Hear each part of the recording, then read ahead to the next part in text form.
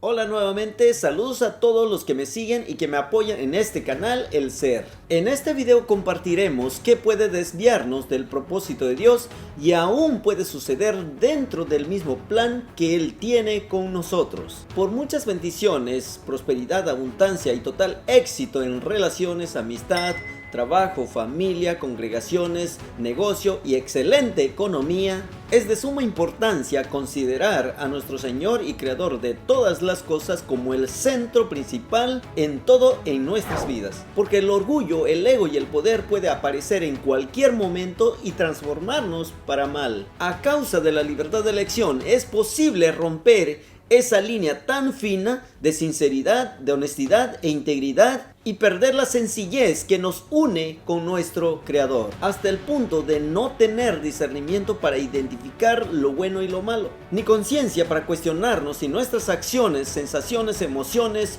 y obras aún glorifican a nuestro Creador o no. Y podemos cometer dos errores. Uno, autoengañarnos, creyendo que estamos llevando a cabo bien nuestra misión y cumpliendo la voluntad de Dios.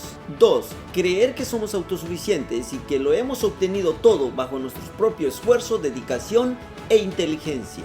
Veamos en Salmo 127, versículo 1. Si Jehová no edificare la casa, en vano trabajan los que la edifican. Si Jehová no guardare la ciudad, en vano vela la guardia. Eso indica que Dios, el Creador, está sobre todas las cosas. En los siguientes versículos leeremos diferentes comportamientos de personas que no tienen temor de Dios. Leamos en 2 de Timoteo capítulo 3 versículo 1 al 5. También debes saber esto, que en los postreros días vendrán tiempos peligrosos, porque habrán hombres amadores de sí mismos, ávaros, vanagloriosos, soberbios, blasfemos, desobedientes a los padres, ingratos, impíos, sin afecto natural, implacables, calumniadores, intemperantes, crueles, aborrecedores de lo bueno, traidores, impetuosos, infatuados, amadores de los deleites más que de Dios. Y seguiremos leyendo el mismo capítulo, versículos 12 y 13. Y también todos los que quieren vivir piadosamente en Cristo Jesús padecerán persecución. Mas los malos hombres y los engañadores irán de mal en peor, engañando y siendo engañados. En estos versículos vemos tres personajes: los que quieren vivir piadosamente, los malos y los engañadores. Los malos son aquellos ignorantes de la palabra que no tienen conocimiento ni temor de Dios y hacen cosas de lo cuales no sienten remordimiento ni conciencia para pensar si hay o no una orden espiritual que no se debe traspasar. Los engañadores son aquellos que conocen y comprenden la palabra de Dios pero no la cumplen, al contrario, abusan de ella para controlar o manipular o someter a los demás a sus dominios en busca de su propia gloria. Y los que quieren vivir piadosamente en Cristo Jesús, estos son los convertidos, que creen y que mantienen su integridad, su lealtad a Dios y no al hombre. Por consiguiente, estos son los que son tentados por el enemigo y rechazados por muchos en diferentes áreas de la vida por no someterse al hombre, como sucedió con nuestro Señor, que por no someterse a la costumbre y enseñanzas ya torcidas de los rabinos, lo rechazaron hasta crucificarlo. Vamos a leer el libro de Mateo capítulo 4 versículo 1 al 7, la tentación de Jesús. Entonces Jesús fue llevado por el Espíritu al desierto para ser tentado por el diablo, y después de haber ayunado 40 días y 40 noches, tuvo hambre. Y vino él el tentador y le dijo: si eres hijo de Dios, di que estas piedras se conviertan en pan. Él respondió y dijo: escrito está, no solo de pan vivirá el hombre, sino de toda palabra que sale de la boca de Dios. Entonces el diablo le llevó a la santa ciudad y le puso sobre el pináculo del templo y le dijo: si eres hijo de Dios, échate abajo, porque escrito está, a sus ángeles mandará acerca de ti, y en sus manos te sostendrán para que no tropieces con tu pie en piedra. Jesús le dijo: escrito está también, no tentarás al Señor tu Dios. La tercera tentación de Jesús lo estudiaremos en el libro de San Lucas capítulo 4 versículo 5 al 8. Y le llevó el diablo a un alto monte y le mostró en un momento todos los reinos de la tierra. Y le dijo el diablo: a ti te daré toda esta potestad y la gloria de ellos, porque a mí me ha sido entregada y a quien quiero la doy. Si tú postrado me adorares, todos serán tuyos. Respondiendo Jesús le dijo: vete de mí, Satanás, porque escrito está: al Señor tu Dios adorarás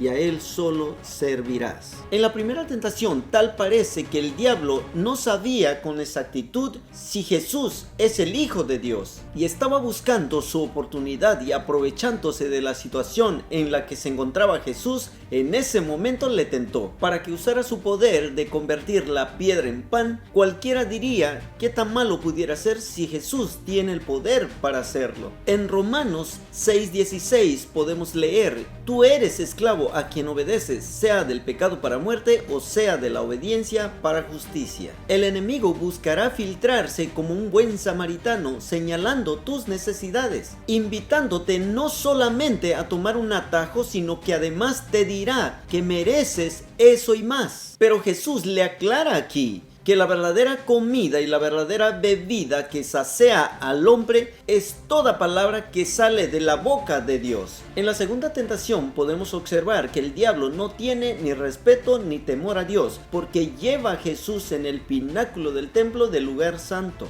queriendo poner en dudas a Jesús de que él fuera el elegido, el Hijo del Padre. Tentándole le dijo: si eres el Hijo de Dios, échate abajo. 1. Era necesario que Jesús se tirara al vacío para comprobar que es el verdadero Hijo de Dios. 2. Jesús podía demostrar haciendo que los ángeles le sostengan al caer. Eso comprobaría aún más que él es el verdadero elegido. Pero tengamos en cuenta que se comprobaría también, sin duda, un acto de obediencia al diablo. No importa por cuál razón lo hiciera Jesús, ambas lo llevarían a desobedecer a Dios y caer al engaño de Satanás. A esto Jesús le responde: escrito está también: no tentarás al Señor tu Dios. En la tercera tentación, aquí el diablo ya se había dado cuenta que Jesús es el Salvador que había nacido y quien podría derrumbar su plan. Por esa razón, con toda su astucia, estaba buscando de alguna manera cómo convencerlo a desobedecer, que hasta llegó a ofrecerle todo cuanto poseía. Llevando a Jesús en un alto monte, en un momento le mostró todos los reinos de la tierra y le dijo: a ti te daré todo el poder y la gloria de ellos, porque todo es mío, a mí me fue entregada, y a quien quiero la doy. Solo un pequeño acto de reverencia: si postrado me adoras, todos serán tuyos. Por todo lo que le había mostrado, pensó que a Jesús lo había impresionado, en lo que Jesús le responde: acuérdate que está escrito: al Señor tu Dios adorarás y a Él solo servirás. Más directo no pudo haber sido. Vamos a estudiar un poco la historia del rey Saúl, un hombre escogido por Dios y ungido por el profeta Samuel, y le aconseja para ir en guerra contra los amalecitas, que tiempos atrás habían cometido un pecado gravísimo contra Israel. Oponiéndosele en el camino, atacó al pueblo de Dios, cuanto aún era un pueblo vulnerable que subía de Egipto, y esto se encuentra en Éxodo capítulo 17 versículo 8 al 16. Y Dios dijo a Moisés que un día traería el juicio contra Amalec, y esta es la misión que se le encomendó a Saúl. Pero la fama, posición y poder de rey se apoderaron de Saúl para desobedecer a Dios. En esta historia podemos ver claramente un personaje que no pudo vencer las tentaciones. Para comprender un poquito más de esta historia, vamos a leer en 1 de Samuel capítulo 15 versículo 1 al 3. Después Samuel dijo a Saúl: Jehová me envió a que te ungiese por rey sobre su pueblo Israel. Ahora pues, está atento a las palabras de Jehová. Así ha dicho Jehová de los ejércitos: yo castigaré lo que hizo Amalec a Israel al oponérsele en el camino cuando subía de Egipto. Ve pues y hiere a Amalec, y destruye todo lo que tiene, y no te apiades de él. Mata hombres, mujeres, niños, y aún los de pecho, vacas, ovejas, camello y asnos. El profeta Samuel deja bien en claro que la misión de Saúl es destruir todo sin dejar nada ni tomar nada, porque eso es abominación para el Señor. Vamos a continuar leyendo en 1 de Samuel capítulo 15 versículo 10, 11, 13, 14 y 15. Y vino palabra de Jehová a Samuel diciendo: me pesa haber puesto por rey a Saúl, porque se ha vuelto en pos de mí, y no ha cumplido mis palabras. Y se apesadumbró Samuel, y clamó a Jehová toda aquella noche. Vino pues Samuel a Saúl, y Saúl le dijo: bendito seas tú de Jehová, yo he cumplido la palabra de Jehová. Samuel entonces dijo: pues qué balido de ovejas y bramido de vacas es esto que yo oigo con mis oídos. Y Saúl respondió: de Amalec los han traído, porque el pueblo perdonó lo mejor de las ovejas y de las vacas, para sacrificarla a Jehová tu Dios, pero lo demás lo destruimos. El profeta Samuel estaba molesto con la decisión del rey, pero este no alcanzaba a entender dónde estaba lo malo. Hay mucho que aprender en esta historia. Es evidente la falta de integridad y la astucia del rey Saúl para culpar a otros de sus malas decisiones. Su ego como rey y fama no le permitían comprender lo grave del asunto y confiaba más en sus propios instintos que el obedecer a Dios. Vamos a continuar en 1 de Samuel capítulo 15 versículo 16 al 24.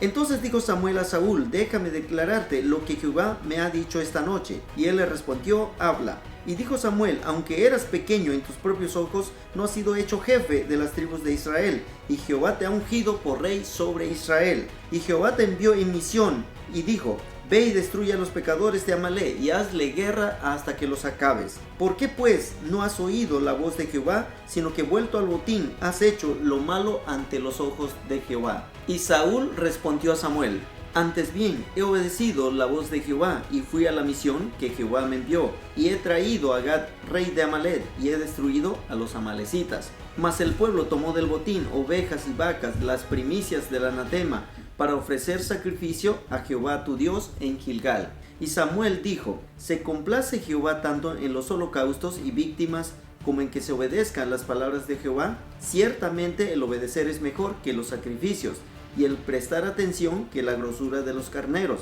porque como pecado de adivinación es la rebelión, y como ídolos e idolatría la obstinación. Por cuanto tú desechaste la palabra de Jehová, él también te ha desechado para que no seas rey.